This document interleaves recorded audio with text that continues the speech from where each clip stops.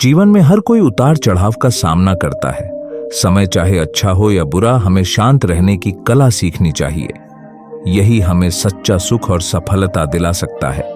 आज की कहानी समय कैसा भी हो, शांत रहना सीख जाओगे, आपके लिए एक प्रेरणा का स्रोत बनेगी।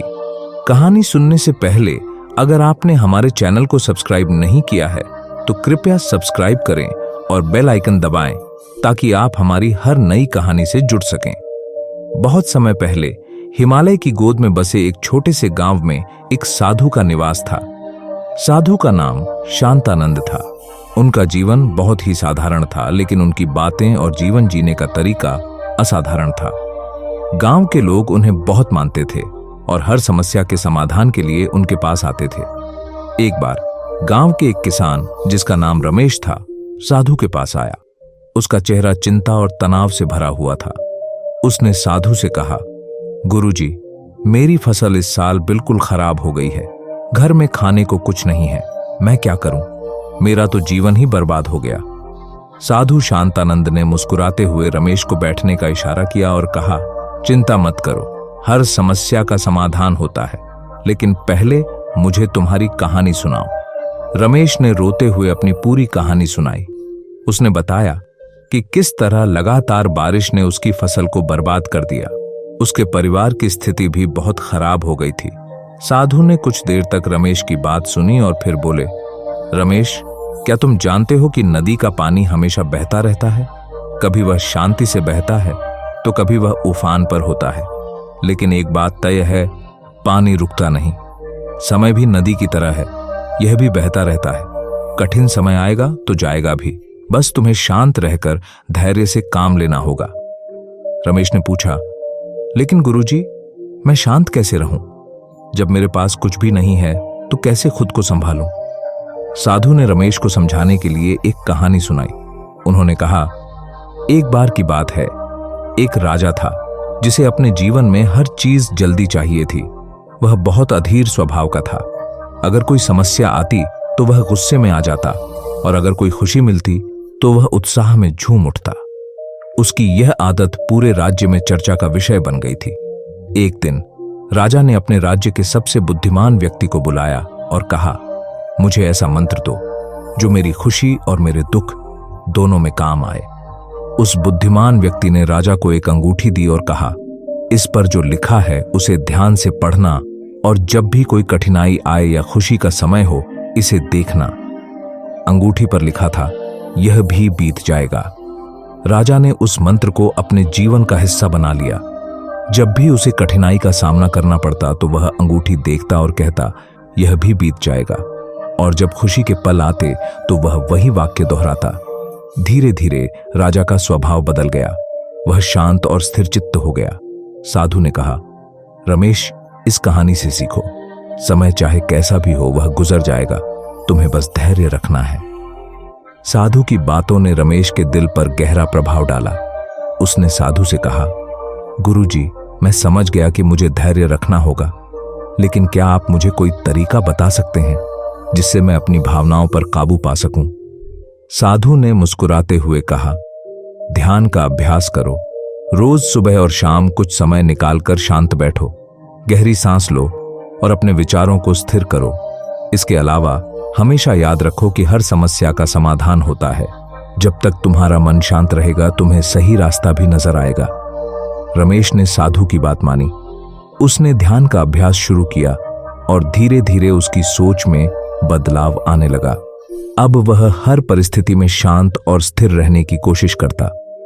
उसने अपनी फसल को सुधारने के लिए नए तरीके अपनाए और कुछ ही सालों में वह फिर से सफलता पाने लगा। रमेश के इस बदलाव ने पूरे गांव को प्रेरित किया। लोग उसकी सफलता के पीछे की वजह समझ गए और उन्होंने भी अपने जीवन में शांत रहने और धैर्य रखने का महत्व समझा। धीरे धीरे साधु शांतानंद की शिक्षा पूरे गांव में फैल गई। लोग अब हर परिस्थिति में धैर्य और शांति से काम लेना सीख गए।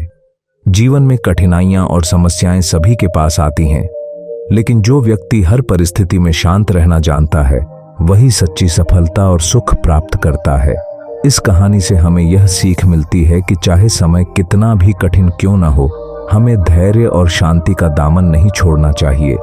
अगर आपको यह कहानी पसंद आई हो तो हमारे चैनल को सब्सक्राइब करना न भूलें और अपने दोस्तों के साथ शेयर करें। धन्यवाद। जीवन में सत्य, करुणा और ज्ञान की खोज हमारे हर निर्णय को सही दिशा प्रदान करती है। भगवान बुद्ध की शिक्षाएं और उनकी प्रेरक कहानियां हमें यह सिखाती हैं कि हर समस्या का समाधान हमारे भीतर है।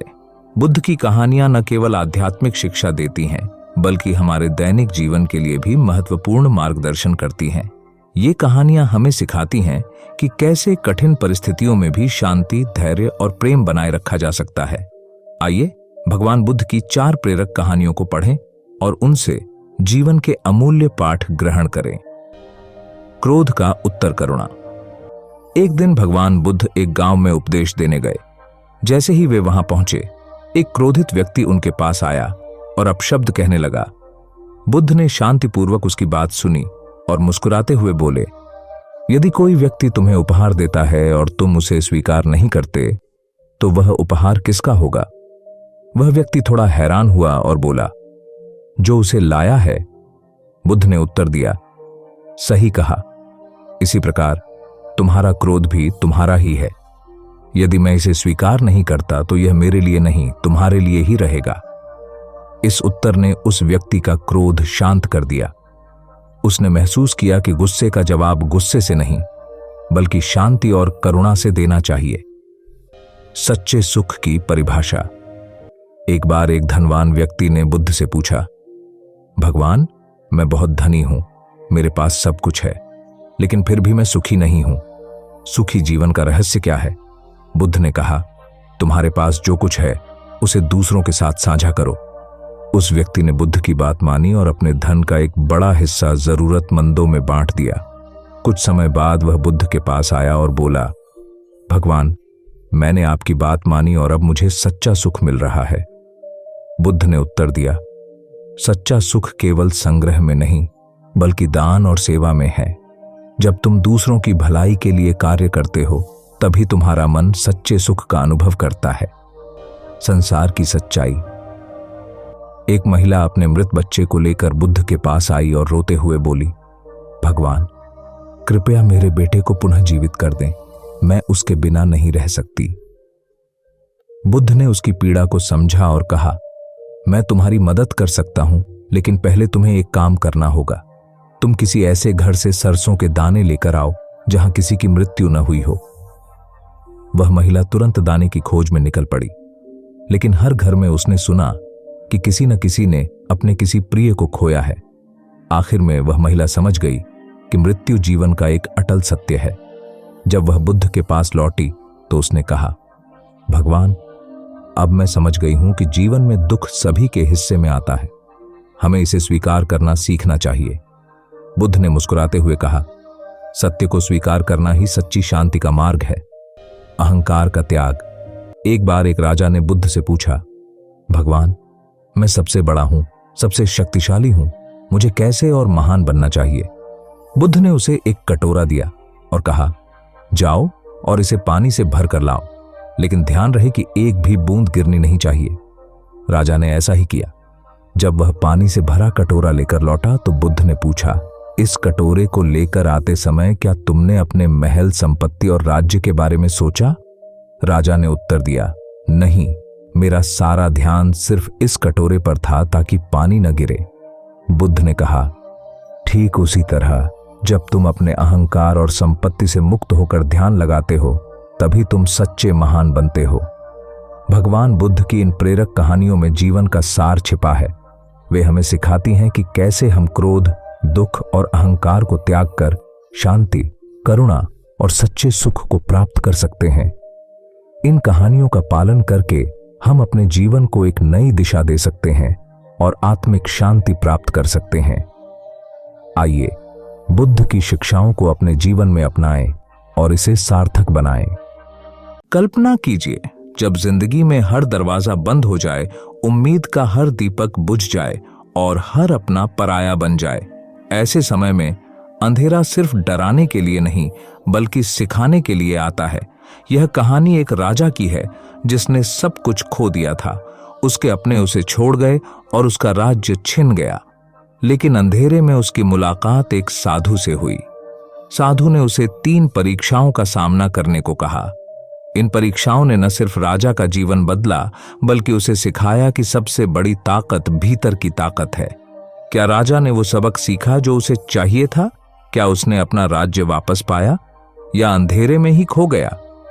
यह कहानी न केवल सुनने लायक है, बल्कि इसे समझने से आपकी जिंदगी का हर कठिन मोड़ आसान हो सकता है। इसे अंत तक जानिए, क्योंकि शायद यही कहानी आपके भीतर छिपी ताकत को जगाएगी।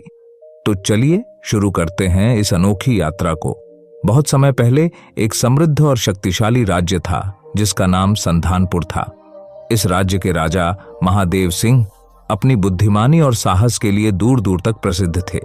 उनकी सेना मजबूत थी, राज्य में खुशहाली थी और प्रजा उनका सम्मान करती थी। लेकिन राजा महादेव के भीतर एक गहरी बेचैनी थी। वे हमेशा सोचते, क्या यह सब हमेशा रहेगा? अगर मेरी ताकत छिन जाए, मेरी सेना हार जाए या मेरे दुश्मन मुझे घेर लें तो क्या होगा? इस चिंता के कारण राजा रातों को सो नहीं पाते थे। वे चाहते थे कि कोई उन्हें ऐसा मार्ग दिखाए जिससे वे हर स्थिति में शांत और मजबूत रह सकें। एक दिन राजा के सबसे बड़े दुश्मन राजा विक्रमादित्य ने अचानक हमला कर दिया। यह हमला इतना तेज और अप्रत्याशित था कि महादेव सिंह की सेना बिखर गई। महल को घेर लिया गया और राजा को भागने पर मजबूर होना पड़ा। राजा महादेव सिंह अपने सबसे वफादार सैनिकों के साथ जंगलों में छिप गए। उनके पास कोई संसाधन नहीं बचे थे। जो राजा कभी बड़े बड़े भोज आयोजित करता था, अब भूखा था। उनके सैनिकों ने भी उनका साथ छोड़ दिया। राजा अब अकेला था और उसे लग रहा था कि सब खत्म हो गया। राजा कई दिनों तक जंगल में भटकते रहे। एक दिन वे थक कर एक नदी के किनारे बैठ गए। तभी उनकी नजर एक साधु पर पड़ी जो ध्यान में लीन था। साधु का चेहरा शांत था, मानो उसे दुनिया की कोई चिंता ना हो। राजा ने सोचा, शायद यह साधु मुझे मेरी समस्या का समाधान बता सके। वे साधु के पास गए और बोले, महात्मा, मैं एक राजा था, लेकिन अब मेरा सब कुछ खत्म हो गया है। मेरे पास न सेना है, न राज्य और न ही कोई उम्मीद। कृपया मुझे बताइए, जब सब रास्ते बंद हो जाएं, तब क्या करना चाहिए? साधु ने राजा की बात ध्यान से सुनी और मुस्कुराते हुए बोले, राजन, हर समस्या का समाधान आपके भीतर ही छिपा है, लेकिन इसे समझने के लिए आपको 3 परीक्षाएं देनी होंगी। राजा ने तुरंत हामी भर दी।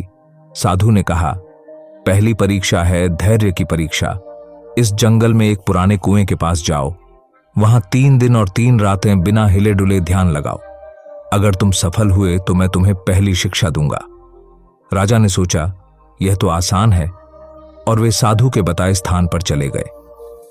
कुएं के पास राजा ने ध्यान लगाना शुरू किया, लेकिन पहले ही दिन उनके दिमाग में हजारों विचार आने लगे। भूख और प्यास ने उन्हें तोड़ने की कोशिश की।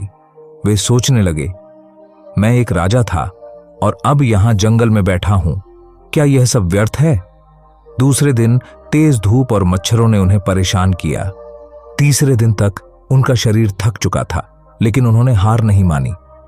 जब 3 दिन पूरे हुए, साधु वहां आए और बोले, राजन, तुमने पहली परीक्षा पास कर ली। याद रखो, धैर्य वह पहला कदम है जो हर बंद रास्ते को खोल सकता है। अगर तुम धैर्य रखोगे तो समय तुम्हारे लिए सही अवसर लेकर आएगा। साधु ने कहा, अब तुम्हें आत्मविश्वास की परीक्षा देनी होगी। पास के पहाड़ पर एक खतरनाक गुफा है, वहां जाओ और जो पहला खजाना मिले उसे लेकर आओ, लेकिन ध्यान रहे, रास्ता कठिन और डरावना होगा। राजा पहाड़ की ओर चल पड़े। रास्ते में उन्हें जंगली जानवर मिले। तेज हवाओं ने उन्हें रोकने की कोशिश की, लेकिन वे रुके नहीं। जब वे गुफा में पहुंचे तो वहां अंधेरा था। राजा ने अपने डर पर काबू पाया और गुफा के अंदर बढ़े। अंदर उन्हें एक पुरानी किताब मिली। उस पर लिखा था, आपकी सबसे बड़ी शक्ति आपका आत्मविश्वास है। वे उस किताब को लेकर साधु के पास लौटे। साधु ने कहा, देखा राजन, आत्मविश्वास से तुमने अपने डर को हरा दिया। यही दूसरी कुंजी है जब सब रास्ते बंद हो जाएं। साधु ने कहा, अब अंतिम परीक्षा है, तुम्हें सहजता सीखनी होगी। जब जीवन अनिश्चित हो तो भी खुश और शांत रहना महत्वपूर्ण है। पास के गांव में जाओ, वहां एक गरीब किसान के साथ 1 सप्ताह बिताओ और देखो कि वह अपनी समस्याओं का सामना कैसे करता है। राजा गांव में गए और किसान के साथ रहे। किसान बहुत गरीब था, लेकिन हर सुबह मुस्कुराकर अपना काम करता था। एक दिन राजा ने किसान से पूछा, तुम इतने खुश कैसे रहते हो जबकि तुम्हारे पास कुछ भी नहीं है? किसान ने मुस्कुराते हुए कहा, महाराज, जीवन में सब कुछ स्थायी नहीं है। दुख हो या सुख, दोनों ही बीत जाएंगे। अगर मैं दुख में डूबा रहूं तो खुशी को कैसे पहचानूंगा? यह सुनकर राजा को जीवन का सबसे बड़ा सबक मिला। राजा साधु के पास लौटे और बोले, महात्मा, मैं अब समझ गया हूं, धैर्य, आत्मविश्वास और सहजता, ये 3 गुण ही मुझे हर परिस्थिति में मजबूत बनाएंगे। साधु ने मुस्कुराते हुए कहा, अब तुम तैयार हो राजन, जाओ और अपने राज्य को फिर से प्राप्त करो। राजा ने साधु के आशीर्वाद से अपनी सेना को इकट्ठा किया, अपने आत्मविश्वास और धैर्य से दुश्मनों का सामना किया और अंततः अपने राज्य को फिर से हासिल कर लिया। राजा साधु के पास लौटे और बोले, महात्मा, मैं अब समझ गया हूं, धैर्य, आत्मविश्वास और सहजता, ये 3 गुण ही मुझे हर परिस्थिति में मजबूत बनाएंगे। इस कहानी से यह समझ में आता है कि जब सब रास्ते बंद हो जाएं, तो धैर्य, आत्मविश्वास और सहजता से आप हर परिस्थिति का सामना कर सकते हैं। चाहे जीवन कितना भी कठिन हो, समाधान हमेशा आपके भीतर ही छिपा होता है।